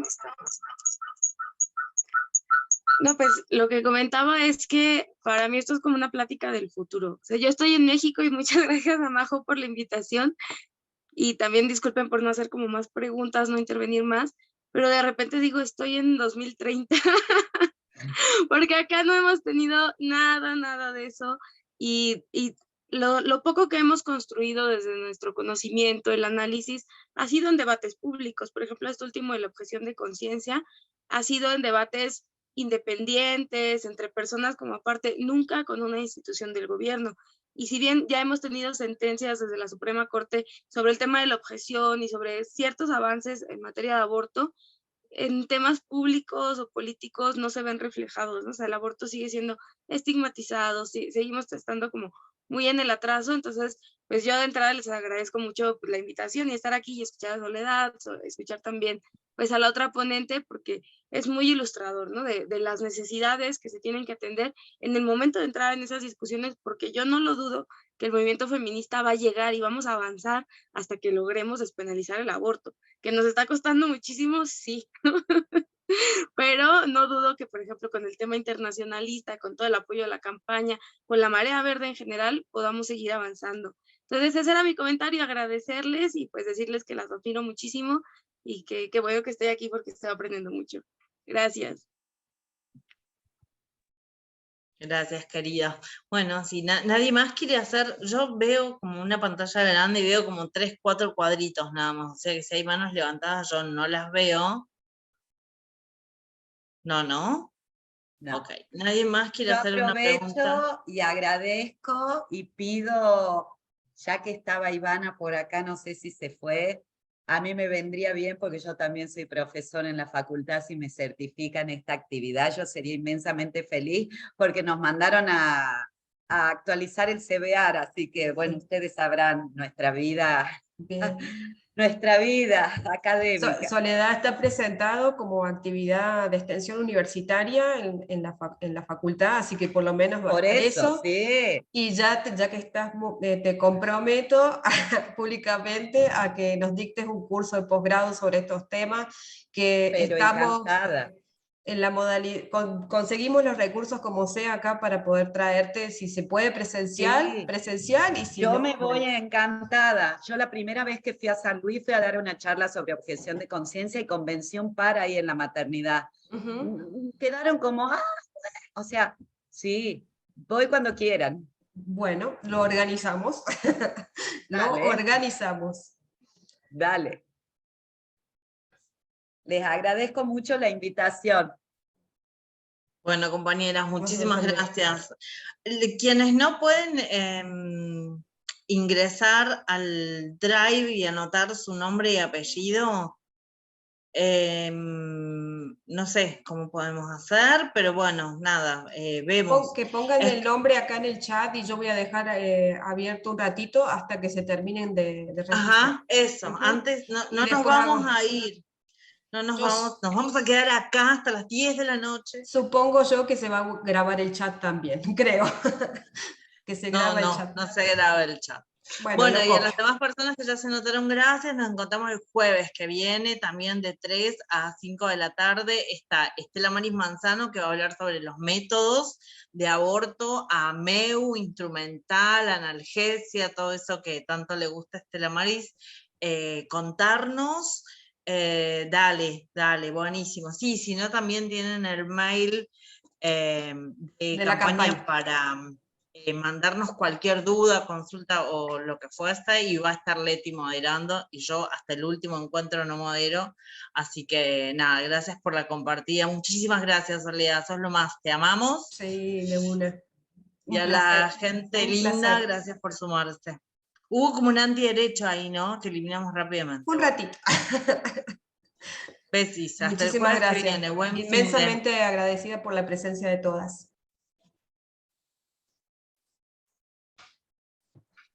Bueno, mientras se van, anoto acá campabortolegal@gmail.com. Ahí también, si quieren, campo aborto legal, no, está mal. Aborto legal San Luis @gmail.com.